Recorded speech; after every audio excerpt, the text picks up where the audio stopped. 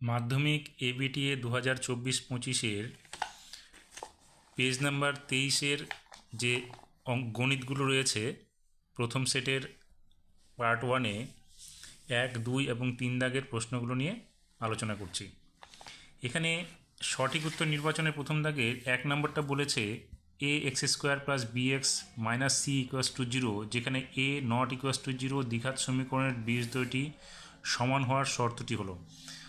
এখানে শর্তটা হবে ডি নাম্বারটা, যেটা B square plus 4ac equals to 0। 2 নম্বরে বলেছে কোনো মূলধনের 8% হারে n বছরের সরল সুদ PNR বাই 25 টাকা হলে মূলধনের পরিমাণ কত হবে। দেখো, আমরা যদি মূলধনটাকে এক্স ধরে নিই তাহলে এখানে কি হবে, এক্স ইন্টু এন বছর, এন ইন্টু সুদের হার হচ্ছে 8%, তাহলে r/100 ইকুয়াস টু আমরা লিখবো যে সুদটা দেওয়া আছে সেটা PNR বাই 25। তাহলে এখান থেকে এনআর আর এদিকে ডান দিক বাঁ দিক থেকে দেখো এনআর কেটে যাবে, তাহলে থাকবে কি এখানে 25 দিয়ে এদিকে যদি আমরা দেখি তাহলে এখানে হবে কত, 4, এখানে হবে 1, কাটাকাটি করলে তাহলে x/4 ইকুয়াস টু p/1 হবে, বা x এর মান হবে কি 4p। তাহলে অপশনটা হবে আমাদের ডি নাম্বার অপশনটা।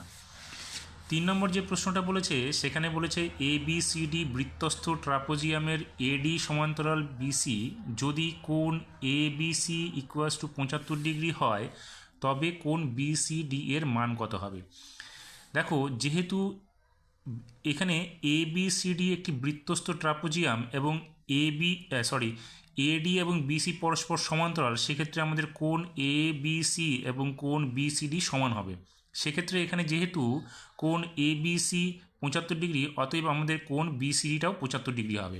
তাহলে অপশন হবে আমাদের কি, এই বি নাম্বার অপশনটা। এবার 4 নম্বর প্রশ্নটাতে বলেছে theta less than equals 0 degree less than equals to theta less than equals to 90 degree এ যদি 3 - 3 sine theta minus cos square theta equals to 0 হয় তবে থিটা এর মান কত হবে। দেখো, এখানে 3 - 3 sine theta minus cos square theta equals to 0 আমাদের প্রশ্নে দেওয়া আছে। আমরা কি জানি, সাইন 90 ডিগ্রি ইকুয়াস টু 1 আর কস 90 ডিগ্রি ইকুয়াস টু 0। তাহলে এখানে আমরা যদি এই মানটা বসাই তবেই আমরা জিরোটাকে প্রুভ করতে পারবো।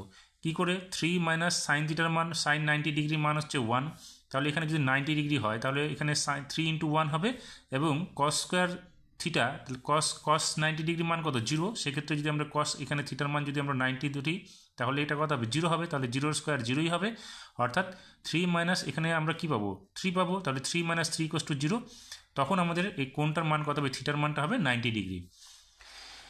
5 নম্বরটা কি বলেছে, একটি গোলকের আয়তন 4/3 πr³ ঘন একক, ইহা একটি ঘনকের মধ্যে অবস্থিত, তবে ঘনক এবং গোলকের আয়তনের অনুপাত কত হবে। তাহলে ঘনক আর গোলকের আয়তনের অনুপাত বের করতে গেলে আমাদের এখানে যেহেতু বলেছে গোলকের আয়তন 4/3 πr³, তাহলে এখানে যে গোলকটা আছে গোলকের এখানে আরটা কি ব্যাসার্ধ, তাহলে এখানে ব্যাসটা কত হচ্ছে 2r, যেটা ঘনকের একটা বাহুর দৈর্ঘ্য সমান হবে। তাহলে ঘনকের বাহুর দৈর্ঘ্য এখানে আমরা 2r ধরে নিলে আয়তনটা কী হবে, 2r এর কিউব হবে, যেহেতু বাহুর দৈর্ঘ্য 2r সেক্ষেত্রে কত হবে 8r³। এখন আমাদের কি বলেছে, ঘনক এবং গোলকের আয়তনের অনুপাত।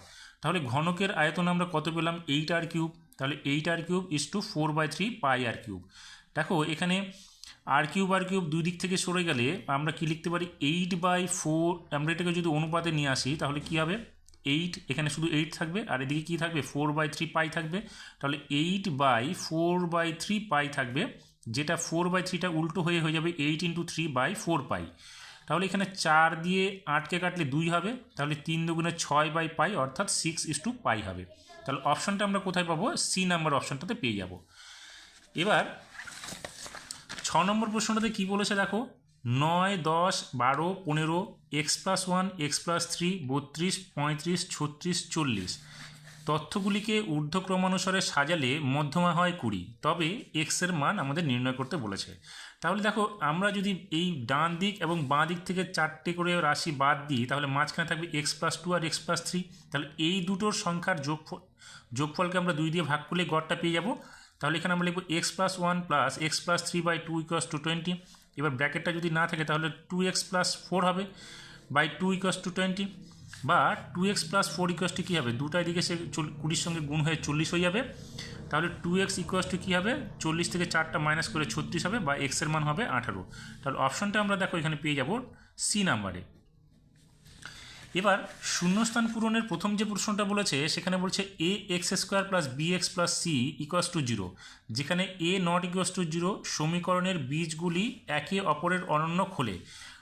একে অপরের অনন্য খোলে আমরা লিখে দেবো সি ইকুয়াস টু এ বা এ ইকুয়াস টু সি লিখব শূন্যস্থানে। 2 নম্বর বলেছে দুটি করণী সংখ্যার যোগফল ও গুণফল মূলদ সংখ্যা হলে উহারা, এটা তোমরা বইয়েই পেয়ে যাবে, সেটা হবে পরস্পর অনুবন্ধী করণী হবে। 3 নম্বরটা বলেছে যদি এক্স সমানুপাতিক ওয়াই এবং ইউ সমানুপাতিক জেড হয় তবে এক্স ইউ সমানুপাতিক, এখানে শূন্যস্থানে কী হবে। দেখো এখানে যেহেতু বলেছে এক্স সমানুপাতিক ওয়াই, তাহলে আমরা লিখতে পারি x equals to k one y. K ওয়ানটা কি আমরা ধ্রুবক ধরে নিচ্ছি। আর একটা বলেছে কি ইউ সমানুপাতিক জেড, সেক্ষেত্রে ইউ ইকুয়াস টু আমরা কী লিখব কে টু জেড, যেখানে কে টুটা আমাদের ধ্রুবক। তাহলে আমরা এক্স ইন্টু ইউ যদি করি তাহলে কী হবে কে one Y into k to Z, বা এক্স ইউ ইকুয়াসটি কী হবে কে ওয়ান কে টু ইন্টু ওয়াই জেড। কে ওয়ান কে টু কী ধ্রুবক, সেক্ষেত্রে আমরা লিখতে পারি এক্স ইউ সমানুপাতিক ওয়াই জেড। তাহলে আমরা এখানে লিখে দেবো এক্স ইউ সমানুপাতিক ওয়াই জেড, এটা আমরা শূন্যস্থানটা লিখব।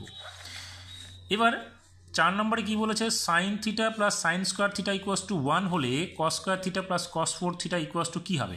দেখো এখানে sine theta plus sine square theta equals to 1, তাহলে আমরা এখান থেকে লিখতে পারি সাইন থিটা ইকুয়াস টু কী হবে 1 মাইনাস সাইন স্কোয়ার থিটা হয়ে যাবে।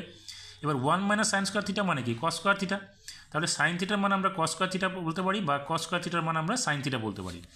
তাহলে আমাদের যে অংশটা দেওয়া আছে বাম পক্ষে সেটা কস square theta plus cos square 4 থিটার মান আমাদের বের করতে হবে।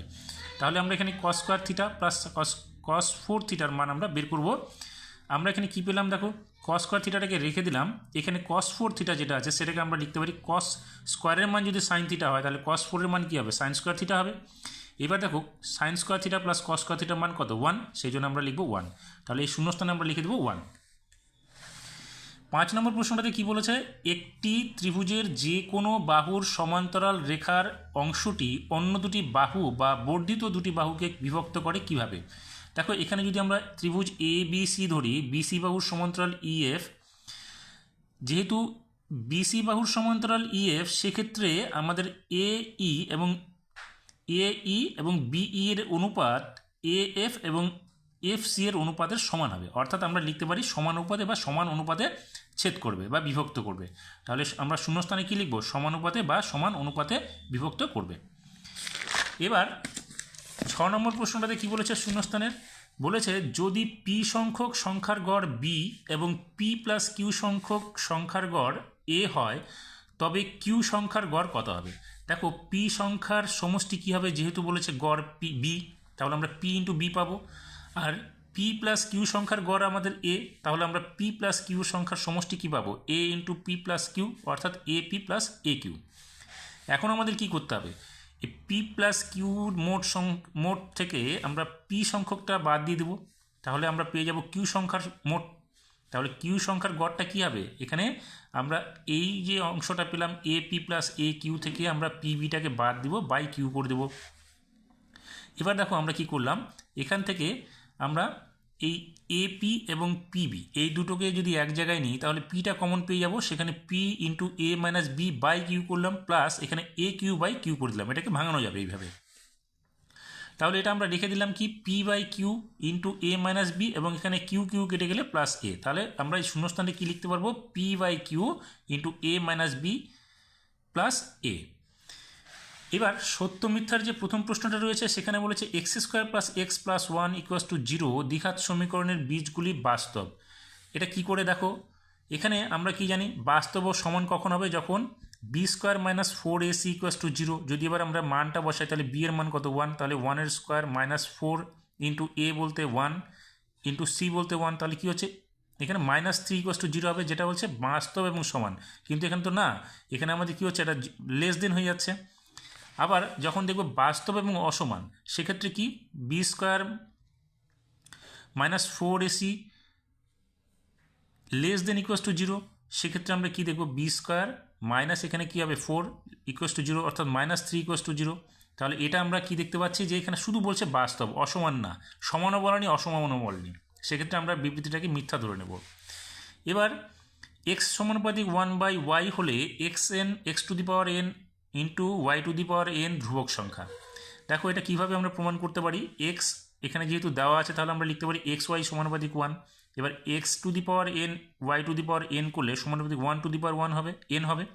তাহলে দেখো 1টা তো ধ্রুবক, সেই জন্য আমরা বলতে পারি এক্স এন এবং ওয়াই এনটাও ধ্রুবক। তাহলে আমরা এটা প্রমাণ সত্য লিখব বিবৃতিটি। 3 নম্বর যেটা বলেছে sine square 2θ plus cos square 2θ equals to 2। দেখো আমরা কি জানি sine square theta plus cos square theta equals to 1। আমরা যদি পুরোটাকে 2θটাকে থিটা ধরে নিই তাহলে কি হলো sign square theta plus cos square theta equals to 2 হচ্ছে, কিন্তু 1 হওয়ার কথা ছিল। তাহলে এটা হচ্ছে বিবৃতিটি মিথ্যা। এবার 4 নম্বর প্রশ্নটাতে বলেছে 3টি সমরেখ বিন্দু দিয়ে একটি মাত্র বৃত্ত অঙ্কন করা সম্ভব। দেখো আমরা এখানে যদি একই সরলরেখায় 3টি বিন্দু নিই, এ একটা বিন্দু, ও একটা বিন্দু এবং বি একটা বিন্দু, সেটা দিয়ে দেখো একটা বৃত্ত অঙ্কন করলে শুধুমাত্র দুটো বিন্দুকে ছেদ করছে। তাহলে তৃতীয় বিন্দুটা যদি আমরা একটা এখানে নিই তাহলে দেখো এটা কি বৃত্ত আঁকা সম্ভব? সম্ভব না। তাহলে এ বি সি এরা একই সরলরেখা, এখানে যদি আমরা সি বিন্দু নিই তাহলে এ বি সি এরা একই সরলরেখায় না, তাহলে এটা আমরা কি একটা বৃত্ত অঙ্কন করা সম্ভব হবে না, যেটা 3টি সমরেখ 3টি বিন্দু একই সরলরেখায় থাকবে। সেক্ষেত্রে আমরা দেখতে পাচ্ছি যদি দুটি বিন্দু একই সরলরেখায় থাকে সেক্ষেত্রে বৃত্তটা আঁকা সম্ভব হবে। এই জন্য আমরা বিবৃতিটিকে মিথ্যা বলবো। 5 নম্বরটাতে বলেছে √a - b এর অনুবন্ধীকরণী হলো √a + b। না, এটা বিবৃতিটি মিথ্যা হবে, এটার হবে কি -√a - b, সেজন্য আমরা বিবৃতিটি লিখব মিথ্যা। 6 নম্বর প্রশ্নটাতে বলেছে যদি sec θ = cosec phi 0 degree less than theta less than 90 degree এবং 0 degree less than phi less than 90 degree হয় তবে sine into theta plus phi এর মান কত হবে? ফাই এর মান হবে 1। দেখো এখান থেকে আমরা লিখতে পারি sec θ = cosec phi বা sec θ = cosecটাকে আমরা চেঞ্জ করব পুরক্ষণে, তাহলে sec 90 ডিগ্রি মাইনাস ফাই লিখব। এবার আমরা বোথ সাইড থেকে যদি sec সরিয়ে নিই তাহলে কি হবে থিটা = 90 ডিগ্রি মাইনাস ফাই।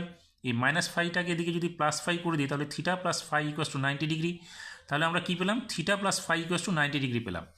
এখন আমরা আমাদের কি বলেছে sine into theta plus phi, তাহলে sine into theta plus phi = কী হবে? এখানে থিটা প্লাস ফাই মানে মানটা আমরা বের করলাম 90, তাহলে এখানে আমরা লিখবো সাইন 90। তাহলে দেখো সাইন 90-র মান 1, আমরা এখানে পেয়ে যাবো 1। তাহলে বিবৃতিটা আমরা দেখতে পাচ্ছি সত্য হচ্ছে। সমাধানগুলো ভালো লাগলে অবশ্যই লাইক শেয়ার কমেন্টস করবে এবং যারা নতুন তারা অবশ্যই চ্যানেলটিকে সাবস্ক্রাইব করবে এই ধরনের সমাধান পেতে এবং বেল আইকনে গিয়ে অল নোটিফিকেশান ক্লিক করে দেবে, তাহলে পরবর্তী সমাধানগুলো তোমাদের কাছে অবশ্যই পৌঁছে যাবে।